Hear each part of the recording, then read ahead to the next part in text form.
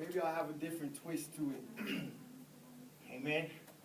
So if Bishop falls asleep, it's totally okay. He heard it already. He said, hey, Bishop said, what's your purpose? If you know your purpose, raise your hand. I raised my hand. Pastor Missy didn't raise her hand. And I said, I'm your purpose. Raise your hand. She goes, I want a new purpose. That's all right, hold on. So I'm going to go home and straighten my purpose out, amen? Or, but she going to straighten her purpose out. Yeah, that's what I mean. Okay, let's get into this word.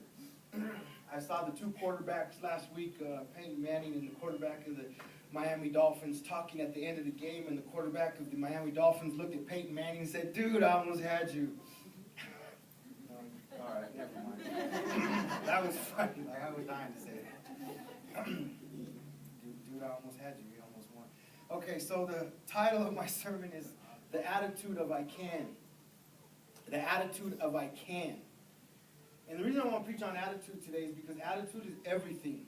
Yeah. Attitude is everything. I hate a bad attitude. And the reason I'm preaching on attitude is because I have a bad attitude. Talk to me. I'm going to come up here and preach about something I don't need, something to learn, something I know about. I can't ever talk about something I don't know about. Had a bad attitude. And I realized it the other day. I realized, man, Vic, you really got this attitude going on. You know, what's up with you? You need to check yourself. And I said, okay, Lord, I want to get into this. I want to understand what it is, what's going on with my attitude. Because have you ever had everything you need and you still mad? And everything going fine. I mean, it's been worse. We've been through worse. People, don't you remember the 80s? We've been through worse. And we still complain. We still just like, You know, you got big screen TV, be like, other people have bigger TVs. You know what I mean? You're like, you got cable, man? Yeah, but I don't got HBO. You know, you just find the attitude, like, ugh. It was so hot yesterday. I couldn't believe the weather, so I got dressed for church today. I came to run out, and I was so cold. Like, oh, it's so cold. The day I come out, it's cold. I didn't leave my house yesterday. So nice. Today it's going, ooh, it's cold. So I have an attitude. So let's talk about attitude. The word attitude means the state of mind towards something. The state of mind towards something. The state of mind towards something. See, the thing with attitudes is you can have, we are designed to have a certain attitude towards our enemies. We're designed to have a certain attitude towards our enemies. Now, I come from a gang background. I was in the gangs for a long time. I saw someone wearing the wrong gang color and the wrong, all of a sudden my attitude changed. I could be listening, the best song, one of them dancing songs in the club, and you see an enemy and all of a sudden you just, you post, your attitude change, like, what he looking at? What he doing here? And that attitude is designed, that attitude is actually a protective mechanism in your body to protect you. To be unattractive, to be on the offense, to be the aggressor. The problem is that when you make people you love, or people in your house, or people in your family, or people that when you get a bad attitude with them, you project that attitude of you are my enemy. See, I gotta tell you this story. I don't even know what it means. I walked into 7-Eleven the other day, and I saw a guy with a towel around his head, and some Egyptian writing. I said, look at this guy. This is as bad as Mexicans at Chubby's, man, or at Taco Bell or something. I walk in, I'm like, are you serious? I go, what nationality are you from? I had this attitude. What nationality are you from? Are you the Taliban, man? Are you here to blow up all the 7-Elevens? And he's like, man, I'm from India. I said, you ain't a Muslim, you an Indian. Not that kind of Indian. I was mean, I had an attitude. I go, so what's your name? And he goes, it's hard to pronounce. I go, I know, so is mine. And he goes, but it means to sing. I said, to sing?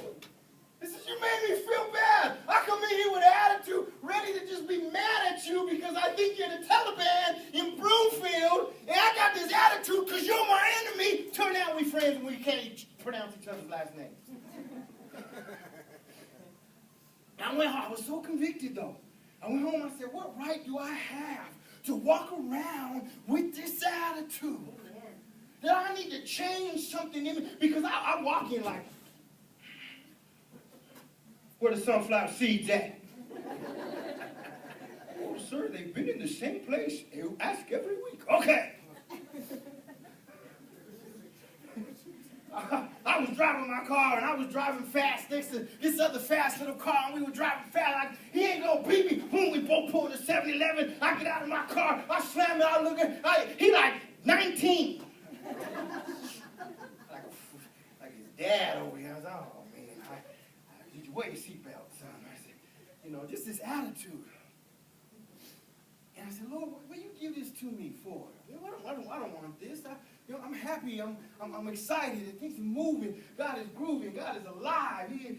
All these people talking about all these funerals, man. I haven't had to go to a funeral lately, man. I'm excited. People I love are alive, man. Things are going good. I don't need to have an attitude. But it's there. So let's go to 1 Peter chapter 2, verse 21. And let's investigate. Let's do some investigating here.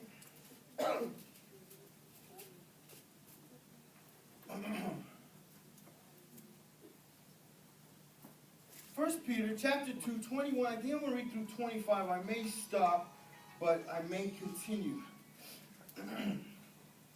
For to this you were called, because Christ also suffered for us, leaving an example that you should follow his footsteps. Let me keep reading, I'll come back to 21. Who committed no sin, nor was deceit found in his mouth, who when he was reviled, did not revile in return. When he suffered, he did not threaten.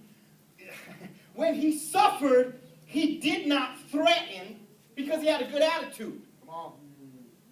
You make me suffer, I'm going to threaten you. I'm going to threaten your unborn children. I'm serious. You make me suffer, I'm going to get you and your little dog too. But here Jesus said, Jesus suffered. He didn't threaten nobody. Jesus said, I could take you all out. I could call 10,000 angels. I could bring everybody. I could bring the whole place down. And it says he had a good attitude. Have you ever beat up someone with a good attitude? No. Because you start feeling bad. You'd be like, oh, man, I'll get you after school. No, man, it's cool. I'm sorry. Be like, oh, I thought you was going to swear back at me or threaten me. And, I don't know, man. They say, how do they say it? Kindness, kill them with kindness. So it says Jesus didn't threaten nobody. Oh, we're here. But committed himself to him who judges righteously, who himself bore our sins in his own body on the tree, that we, having died to sin, might live for righteousness, by whose stripes you were healed. For you were like sheep going astray, but we were now returned to the sheep and overseer of your soul. Let's go back to 21. For to this you were called, because Christ also suffered for us, leaving us an example that you should follow his footsteps. Leaving you an example in attitude. Having the attitude of Christ, or another way of putting it would say to have the mind of Christ. When you have the mind of Christ, you can begin to look at your enemies and say, like, I shall not be moved. When you can look out your front door and all hell and high water could be coming against you, but you got the attitude of an overcomer. Now I got my baby's about to have a baby, her second baby, and I'm happy for the baby. I'm unhappy of the messes they're going to futurely make in my house. Have you ever seen a 2-year-old with a can of soda? They like this. And I'm like, what, can you, where is your, I just keep seeing my deposit get lower and lower and lower and lower. When it's time to do the walkthrough to get my deposit back, I want my grandkids there. Tell them what you did. Tell them. And so So have the mind of Christ, have an attitude of Christ that we got to. So my baby's about to have a baby now, and I got an attitude that she's going to have this baby, and it's going to be healthy, and it's going to be strong, and I pray for his fingernails and his toes, and I pray for his eyes and his eyelashes, and I'll be praying and praying, praying to have this attitude so that I'm prepared for when that baby turns 10, or when that baby gets his heart, or her it'll be a boy, when his heart is broken for the first time, or he ever runs into financial problems, or anything ever happens to him, I can have the same attitude of courage, the same attitude of answer, the same attitude of like God got me here, he'll get me there. God got me through that, he'll get me through this. If God created you in the womb, he will make a way for you in this earth. Can you say amen? Amen. My attitude, reason my little granddaughter isn't here is that she got pink eye. I didn't even know there's still pink eye in the United States. I thought it was only in the east side. I didn't know it made it this far north.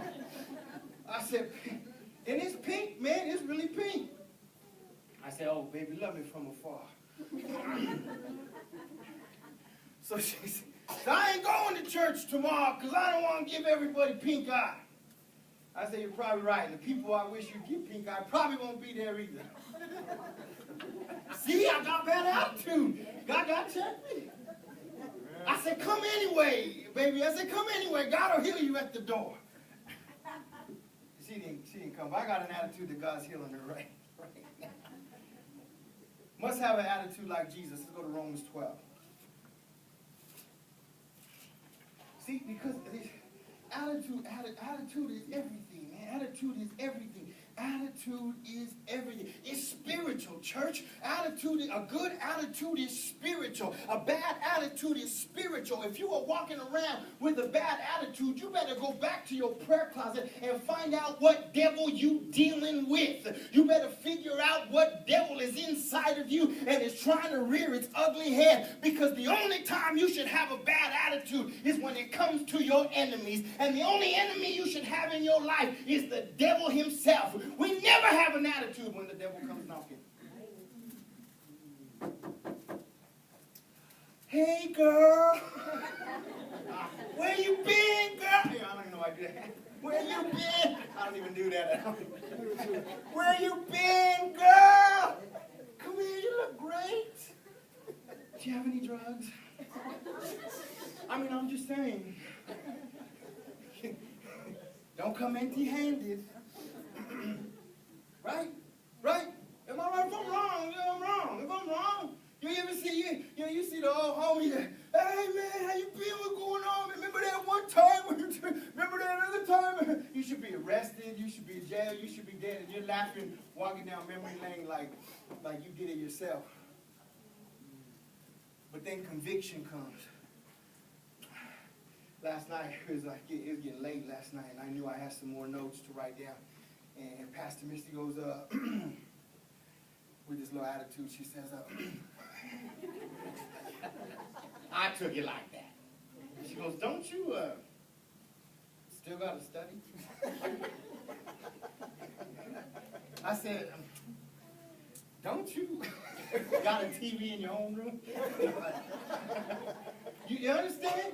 You understand? It like gave me attitude. Like, wait a minute, man, I'm a grown man. I'm like in my 20s. I know what I'm doing. I don't need you to come and tell me when to study and when to read the Bible. It should have been like, you know what I do? I better, I'm going to go there right now. That's a good point. I turned up the TV. I study. I might not even study. Right? But when it comes to other things of God, we get an attitude. When it comes, you gotta go to church. You gotta, and then I gotta get my clothes ready, and my socks gotta match, and and it was like, what? Man, instead, we should have this great, amazing attitude to come into the presence of the Lord, but it causes us attitude because God then becomes our enemy. And we ain't acting like, if it was Jesus' choice, Jesus would sit there like an ADD kid. I want to go to church. I want to go to church. I want to church. I don't want to listen to church music. I want to read church script. I want to read from the Bible. I'll read from the Bible. I know the whole Bible. I live the Bible.